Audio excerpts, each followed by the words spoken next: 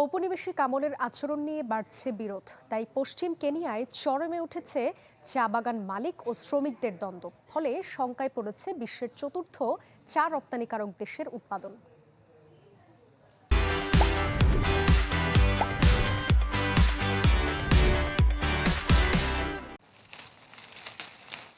মানবেতর জীবনযাপন আর চা শ্রমিক যেন সমার্থক।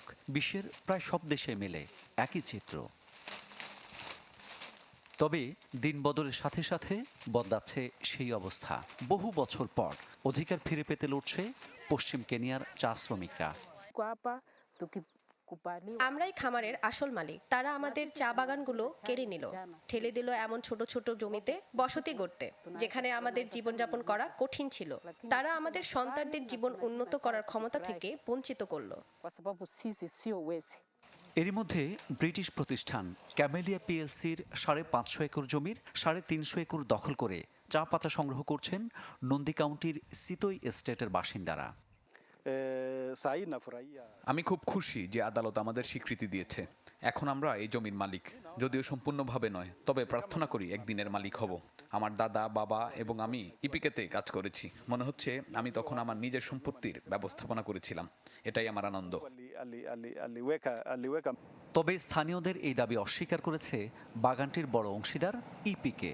বলছে পুরোটা নয়, কৃষকদের সমবায়ের জন্য উপহার দেয়া হয় 202 একর জমি। জমিটি সঠিক সময়ে ভূমিহীনদের দেয়া হয়েছিল, বসতি স্থাপন করা হয়েছিল। যা অবশিষ্ট ছিল তা ছিল উৎপাদন এলাকা। এখন যা দেখছি তা সম্ভবত জনসংখ্যা বৃদ্ধির কারণে, আমাদের জমির অভাবের কারণে। যদি তাদের অনুমতি দেয়া হয় তাহলে সুযোগ সন্ধানীদের উপস্থিতি বাড়বে। স্থানীয়দের দাবি 1905 সালের দিকে তাদের জমি দখল করে ব্রিটিশ উপনিবেশবাদীরা।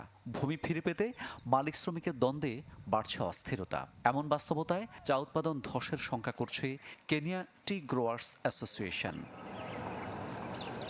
মামুন উর রশিদ, চ্যানেল 24।